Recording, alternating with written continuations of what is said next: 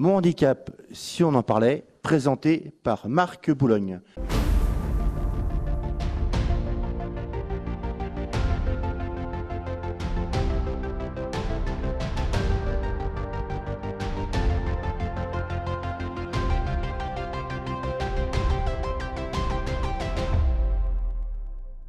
Aujourd'hui, nous sommes avec le professeur d'histoire géo EMC, enseignement moral et civique à l'Institut Saint-Joseph de Châteaubriand, auquel il est depuis 23 ans, Monsieur Fralin Régis. Écoutez, merci de nous accueillir dans votre établissement. Alors, je précise que nous sommes dans une classe qui s'est transformée en studio d'enregistrement. Alors, c'est plutôt, je dirais, dans des conditions très compliquées, mais on veut que les témoignages des jeunes puissent être remis à nos auditeurs et auditrices. Donc, je passe le micro à notre ami.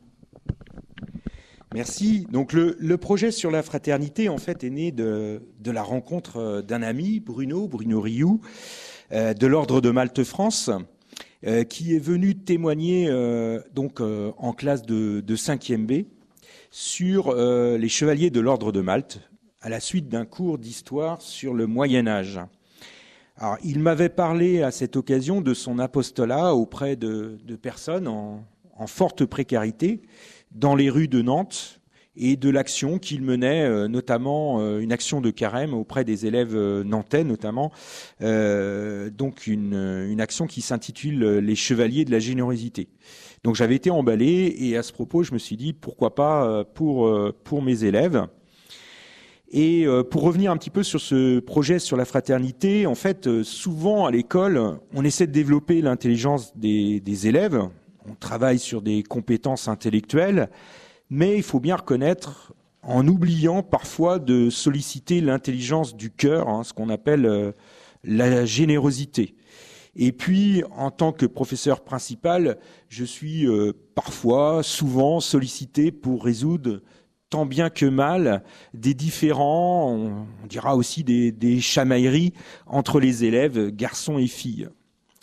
C'est aussi l'occasion de les faire réfléchir sur la fraternité, ce parent pauvre de l'esprit républicain, surtout par les temps qui courent. On parle souvent dans l'actualité d'ensauvagement, qui pourtant est au cœur du message du Christ. On est un établissement catholique. Et pour citer, je citerai Saint Jean, c'est à l'amour que vous aurez les uns les autres qu'ils reconnaîtront que vous êtes mes disciples. Il s'agit de leur faire comprendre aux élèves que la fraternité est universelle, on ne choisit pas son prochain, qu'elle se vit simplement dans les petites choses, avec humilité, si on place le Seigneur Dieu au centre de toute chose. Alors c'est vrai, je reconnais que ce projet est osé. Vouloir lier fraternité républicaine et fraternité chrétienne dans une société de plus en plus laïcisée est un pari risqué que j'assume totalement. La foi catholique proposée aux élèves est une dimension supplémentaire qui doit aider les jeunes à grandir. Et on peut dire la fraternité républicaine ne tire-t-elle pas ses racines de la foi catholique ? Merci pour ce beau témoignage, Régis, Fralin. Mais en plus, ils ont travaillé, toute la classe a travaillé très dur. Et maintenant, on va avoir la chance d'avoir Maxime et Pauline. Et donc, ils vont nous parler de qu'est-ce qu'est la fraternité. Alors, Maxime, qu'est-ce que la fraternité, Maxime ? Eh bien, c'est l'ensemble des liens qui unissent toutes les femmes et tous les hommes, quels qu'ils soient, peu importe leur couleur de peau, leur religion ou leur langue. On n'a pas à choisir qui est notre frère ou notre sœur, la fraternité est universelle. Bien sûr, on peut définir le mot dans un sens plus limité, plus restreint. Par exemple, les liens du sang. Moi, j'ai plusieurs frères et sœurs, j'ai des camarades de classe, de vrais amis en qui j'ai mis ma confiance. Maintenant, on a notre amie Pauline qui va intervenir.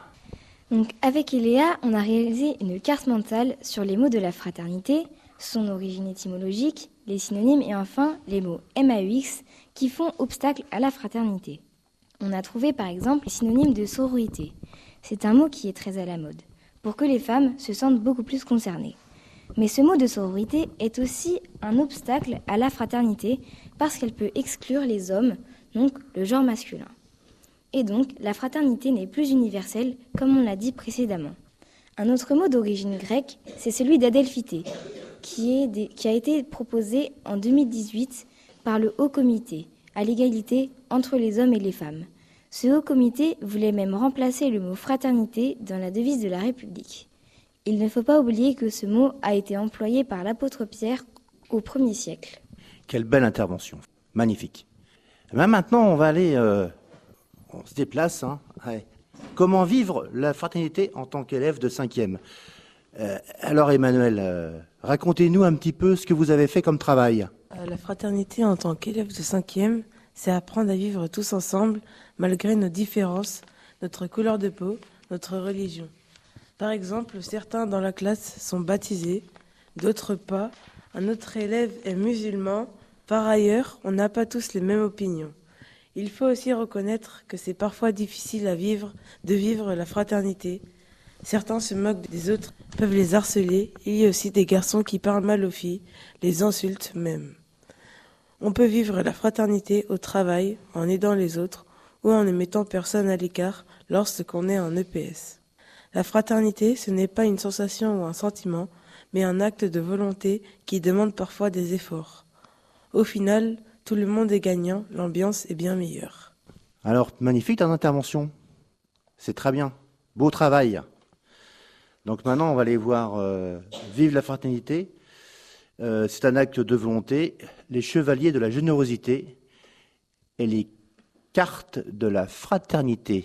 Pendant plusieurs semaines, durant le carême, Monsieur Rioux de l'Ordre de Malte France nous a invités à apporter des produits de première nécessité, des brosses à dents, du dentifrice, mais aussi des produits alimentaires qui ont été ensuite distribués à Nantes auprès des SDF.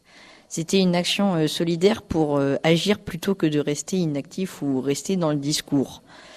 Pour personnaliser notre don, Monsieur Rioux nous a proposé de dessiner un cœur et de mettre notre prénom sur les produits. Ça fait une façon de partager notre amitié avec des personnes dans le besoin et qu'on ne connaît pas. Alors, on va finaliser avec Célia. Alors Célia, racontez-nous. Les cartes sont un cadeau que l'on offrait aux adultes qui sont venus donner un témoignage sur la fraternité. Alain Honneau, maire de Châteaubriand, et René Vignon, éleveur, membre de la fraternité paysanne en Pays de la Mai. Sur la face de la carte, nous avons 2 mains qui se serrent dans un cercle bleu. Il y a également un cœur au-dessus des mains et en dessous une croix du Christ. Autour du cercle, j'ai marqué en rouge le mot fraternité et plus haut, en lettres dorées, la phrase « Aimer l'autre ». À l'intérieur, nous avons 3 citations. « Liberté, égalité, fraternité » de Victor Hugo. « Nous devons vivre ensemble » de Martin Luther King. « Il est mon ami le plus cher » de Greg Levoy. À la dernière page, un grand cercle bleu ciel avec des mains qui se serrent et 2 autres mains formant une paume avec au centre un cœur aux couleurs de la France. Magnifique. Nos auditeurs et auditrices ils vont être ravis de vous avoir entendu. Mais c'est pas fini. On a aussi un invité surprise. C'est pour ça que je ne vous l'ai pas présenté au départ.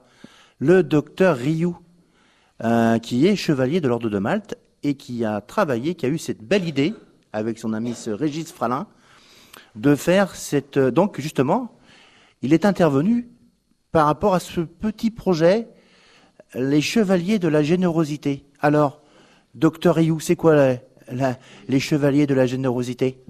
Bonjour à tous. Nous avons monté cette opération qui vient du siège et qui est sur toute la France. En fait, nous faisons une opération récurrente tous les ans dans un collège, au moment de l'Avent ou au moment du carême, pour faire prendre conscience en fait du monde dans lequel on vit et donner du sens à ce que nous faisons.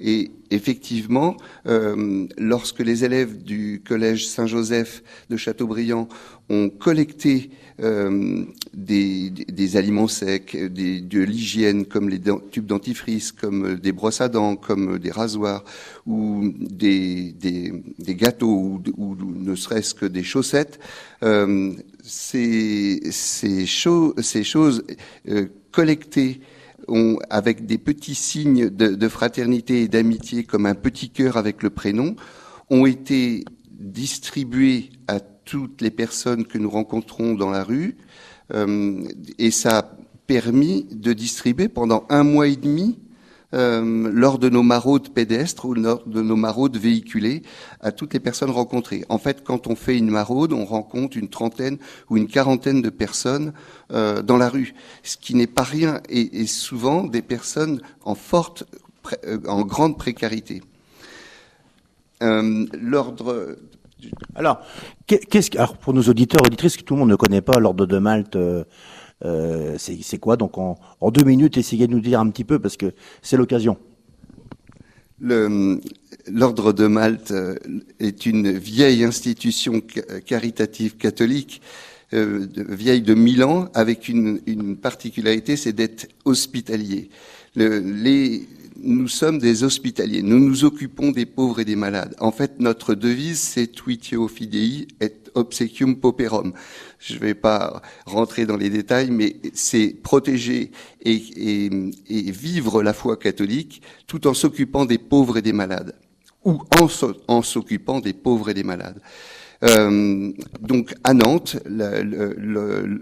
la délégation de Loire-Atlantique de l'Ordre de Malte France s'occupe particulièrement du secourisme, avec des tenues de poste de secours et de la formation secouriste, et du soutien à la population et de la solidarité. Donc secourisme et solidarité. Et dans la solidarité, nous faisons des maraudes en centre-ville, pédestres ou véhiculés, des maraudes médicales, et également des petits déjeuners l'hiver, le dimanche matin au square La Psalette derrière la cathédrale. L'idée, c'est de toujours être près des personnes démunies et de leur apporter surtout de la considération, de l'écoute, de la considération, et de leur permettre alors c'est notre vœu le plus cher, d'essayer de les remettre dans un parcours soit de soins classiques, soit un parcours social classique. Voilà. Une petite question, comment vous voyez la fraternité républicaine, docteur Rioux? C'est un savant mélange, comme tout le monde peut le voir. En fait, on rencontre tous les jours sur notre chemin, nous rencontrons des personnes, et la fraternité, effectivement, est une valeur du carême. Lorsque nous avons proposé cette opération, les Chevaliers de la Générosité aux élèves du Collège Saint-Joseph de Châteaubriand, c'était pendant le temps du carême. Or, le carême se vit personnellement et également tourné vers les autres et vers la fraternité. Du coup, effectivement, comme le dit le professeur Régis Fralin, il n'y a pas beaucoup de frontières entre la fraternité laïque républicaine et la fraternité chrétienne. En fait, c'est vraiment aimer son prochain. Et si nous avons une personne en face de nous sur notre chemin qui est en difficulté, c'est plus fort que nous. C'est un appel d'aller vers cette personne et de l'aider, de la considérer et de l'aider. Eh ben, merci de votre témoignage. De toute façon, on aura l'occasion de retourner vers vous. Mais là, je vais retrouver un jeune qui a justement témoigné sur la fraternité républicaine. Et il s'appelle Merlin. Alors Merlin, racontez-nous le travail que vous avez effectué à nos auditeurs et auditrices. Nous avons travaillé sur la fraternité républicaine et notamment sur la devise de la France, liberté, égalité, fraternité. Cette devise s'est mise en place progressivement à partir de la Révolution française en 1789. J'ai étudié le fameux tableau du peintre David, le serment du jeu de paume, que l'on peut admirer au musée Carnavalet. Les députés réunis dans la salle du jeu de paume, l'ancêtre du tennis, font le serment de ne pas se séparer avant d'avoir donné une constitution à la France. Tous semblent exaltés par cette décision, s'embrassent, se félicitent, se prennent dans les bras. Même si le mot fraternité est ajouté plus tard en 1848, au moment de la Seconde République, il vient comme équilibrer, modérer les deux autres mots, ceux de liberté et d'égalité. Il faut ensuite évoquer un lieu de la fraternité républicaine qui se trouve à Paris. C'est le Panthéon, qui est consacré aux grands hommes. On peut citer Victor Hugo, mais aussi Jean-Jacques Rousseau ou Jean Moulin. Il y a bien quelques femmes, comme Marie Curie et Simone Veil, mais on peut regretter qu'il y en ait si peu. Nous avons rencontré une personne, le maire de Châteaubriand, M. Alain Huneau, qui nous a parlé de la fraternité républicaine. Il nous a dit qu'il fallait être à l'écoute des citoyens, favoriser un climat de paix entre les habitants. Pour lui, la fraternité, c'est le respect de tous, et notamment de ceux qui en ont le plus besoin. Les personnes âgées, les malades, les personnes en situation de handicap ou de précarité. Pour terminer mon intervention, toute la classe travaille cette semaine sur des textes de la fraternité avec notre professeur de français, Madame Feutry. Citons Victor Hugo dans Le droit et la loi de 1875. Liberté, égalité, fraternité. Rien à ajouter, rien à retrancher. Ce sont là les 3 marches du perron suprême. La liberté, c'est le droit, l'égalité, c'est le fait, la fraternité, c'est le devoir. Tout l'homme est là. Les heureux doivent avoir pour malheur les malheureux. L'égoïsme social est un commencement du sépulcre. Voulons-nous vivre, mêlons nos cœurs, et soyons l'immense genre humain. Eh ben, dis donc, tu nous as fait une sacrée intervention. Magnifique, Merlin. Merci en tout cas de ton intervention, c'est très touchant. Et ça continue, le tour de table. Attention.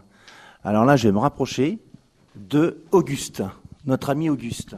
Alors Auguste, tu as travaillé sur la fraternité chrétienne avec François d'Assise. Alors vas-y, raconte-nous un petit peu. Monsieur Fralin nous a fait réfléchir sur la fraternité chrétienne.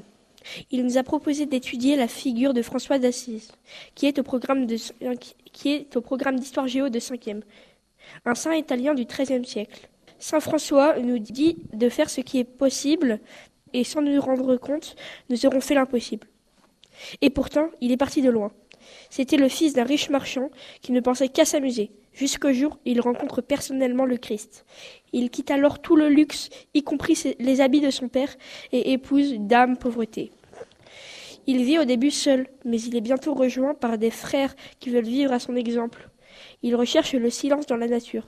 C'est le Seigneur qu'il recherche. C'est vraiment un exemple à suivre pour nous aujourd'hui. Saint François vit en harmonie avec la nature, respecte les animaux. Il apprivoise même un loup. Nous avons rencontré un témoin de la fraternité, Monsieur René Vignon, éleveur paysan qui est membre de la fraternité paysanne en Pays de la Mai. Lorsqu'il est venu en classe, il a apporté un seau rempli de terre pour montrer l'importance de la nature. Sans elle, on ne peut pas nourrir l'humanité. Si on veut garder cette richesse, on ne doit pas la polluer, la respecter. Il nous a parlé de la fraternité paysanne. Ce sont ces agriculteurs qui partagent leur peine et leur joie ensemble. Ils évoquent leurs difficultés et s'entraident en vendant leurs produits de la terre en circuit court. Mais c'est super, franchement, nos auditeurs et auditrices vont beaucoup apprécier. Et donc, tu aurais un complément d'information que tu voudrais nous dire, Auguste ? Oui, c'est la lecture d'un extrait du Cantique de la Création. Loué sois-tu, mon Seigneur, avec toutes les créatures, spécialement mes frères soleil, par qui tu nous donnes le jour et la lumière. Il est beau, rayonnant d'une grande splendeur. Et de toi, le Très-Haut, qui nous offre le symbole. Loué sois-tu, mon Seigneur, pour sœurs, lune et les étoiles. Dans le ciel, tu les as formées, claires, précieuses et belles. Eh bien, écoutez, les amis, il y a un grand silence dans la classe. En tout cas, je tiens à remercier tous les autres qui sont derrière, parce qu'ils ont tous travaillé. Ils sont nombreux. Ils sont très, très calmes. On ne peut que se féliciter du travail effectué. En tout cas, maintenant, on va revenir sur le professeur. Alors, un petit mot sur le travail effectué par vos élèves. Là, vous devez être fiers. Oui, bien sûr, comme tout professeur. En fait, ce projet se clôturera, si on peut dire, par un banquet républicain mardi prochain, où on invitera un petit peu les familles et puis donc les enfants pourront présenter aussi leurs travaux. En fait, ce projet, si ça pouvait être un peu le mot de la fin, c'est pour moi en fait une proposition modeste, si possible. Enfin, ce que j'aimerais que les élèves comprennent, c'est qu'on ne reste pas en fait finalement sur des mots, même si les mots sont importants, sur des discours, mais aussi sur des actes. Et en fait, donc vivre la fraternité, c'est pas simplement des petits sentiments, mais c'est une volonté, un engagement, un esprit. et qui devient, si je voulais citer un petit peu la magnifique encyclique du pape François, Fratelli Tutti, un exercice de suprême charité inspiré par l'Évangile. Eh ben, c'est très complémentaire, monsieur le professeur. Mais vous inquiétez pas, on va peut-être encore besoin de vous. Donc, maintenant, je retourne sur notre ami Dr Rioux, délégué de l'Ordre de Malte 44. Grâce à vous, on peut parler, il y a toujours des grâces. Hein. Donc, la chance d'avoir donné l'impulsion de ce projet avec ces jeunes. Quelle synthèse, en ayant écouté tous ces jeunes-là, qu'est-ce que vous pensez de tout ça? Je reviens sur ce que vient de dire le professeur Régis Fralin. Effectivement, c'est extrêmement difficile pour les jeunes que les actes soient fidèles à nos pensées. En fait, nous pensons, mais nos actes doivent être fidèles à nos pensées. C'est une maxime qu'il faudrait tous les jours réfléchir et penser et appliquer. Moi, je suis hyper enthousiasmé. J'ai l'impression que la relève, elle est là. J'ai l'impression que ces jeunes sont motivés, enthousiasmants. En fait, quand on écoute leurs textes et leur façon d'avoir travaillé et préparé ça, ça donne confiance pour l'avenir. Dans un monde aussi chaotique que nous vivons actuellement, j'ai l'impression que c'est enthousiasmant et positif. Voilà, c'est juste ça. Donc, maintenant, nous allons continuer. Maintenant, c'est les petites interviews du ressenti. Alors, quel ressenti vous avez eu? Juste un mot simple. Dites-moi un mot simple. Qu'est-ce qui vous a plu dans l'interview? C'était une très bonne expérience. Puis je trouve que c'est une bonne idée d'exprimer nos pensées sur la fraternité. Voilà. Et puis Auguste, c'est juste à côté de moi là, Auguste. Alors Auguste, allez, Auguste. Moi, ce qui m'a beaucoup plu dans cette interview, c'est que dans toutes les paroles, chaque élève de la classe a pu s'exprimer, même dans les voix de seulement 7 élèves, ce qui est pour moi génial, et le fait de pouvoir tout dire de la fraternité. Qu'est-ce que c'est touchant. Et Emmanuel, toi? Moi, ce qui m'a plu, c'était un peu tout, parce que j'ai bien aimé parler et j'ai bien aimé faire cette expérience. Bon, on va faire le tour, hein, on continue. Hein. Il y a Maxime. Eh bien, pour ma part, j'ai trouvé que c'était très bien. Du coup, je rejoins Ekel, une bonne expérience. Et puis, sinon, la classe derrière était calme, donc c'était très bien. Il n'y avait pas de brouhaha, c'était super. Puis, on a tous réussi à lire nos textes. Pour moi, c'était super bien. Maintenant, je me rapproche. Ça fait au chaud au cœur. Alors, Pauline, dites-nous un petit peu votre ressenti de tout ça, parce que vous êtes une bonne intervenante. Moi, j'ai bien aimé cette première expérience à la radio, parce que j'ai trouvé ça bien, surtout le thème de cette intervention, la fraternité. Je pense que il n'y a pas assez de personnes qui en parlent, donc j'ai trouvé ça assez bien qu'on en parle ici. Maintenant, je suis arrivé sur Merlin. C'est pas Merlin l'Enchanteur, hein, attention, les amis. Hein. C'est un vrai Merlin. Il avait son petit maillot bleu, il est en pleine forme. Alors, qu'est-ce qui t'a plu dans le travail que le professeur t'a mis, vous avez fait ensemble? Déjà, j'aime beaucoup le sujet qui est la fraternité, car c'est une chose cruciale chez l'être humain. Et puis, je trouve que toute la classe et notamment énormément M. Fralin est dans le projet. Ça y est, maintenant je suis arrivé au professeur là. On fait le tour, attention, hein, ça rigole pas là. Cher professeur, vous pouvez être fier parce qu'on s'est transformé en studio d'enregistrement dans une classe. On s'est battu. Franchement, on vous remercie. Ça se termine. Bravo à tous. Hein. Et on me rappelle que j'ai oublié quelqu'un. Attention, j'ai oublié Célia. Alors Célia, qu'est-ce que vous pensez de tout ça? Moi, je trouve ça très bien parce qu'on a pu transmettre ce qu'on avait appris sur la fraternité avec toute la classe, nos frères et nos sœurs. Voilà, le professeur, il m'a rappelé à l'ordre, il a eu raison. Hein. Donc je retourne sur le professeur. Hein. Alors, cher professeur, qu'est-ce que vous pensez de tout ça? Moi, j'ai une petite annonce à faire pour l'Ordre de Malte France, pour la Loire-Atlantique. Je recherche pour la maraude médicale des médecins, des infirmières, des assistantes sociales. Si parmi vous, chers auditeurs, vous avez ces compétences, que vous soyez retraité actif ou que vous soyez actif. Nous sommes preneurs et vous pouvez m'appeler en faisant le site, vous tapez Ordre de Malte France, délégation de Loire-Atlantique, et vous allez tomber sur les numéros de téléphone. Voilà. En tout cas, c'était une expérience hyper enrichissante et menée de main de maître grâce à Marc Boulogne. Merci beaucoup à son émission. Eh ben, mon handicap, si on en parlait, se termine. On vous souhaite à tous et à toutes une excellente journée. À très bientôt, les amis, et au revoir.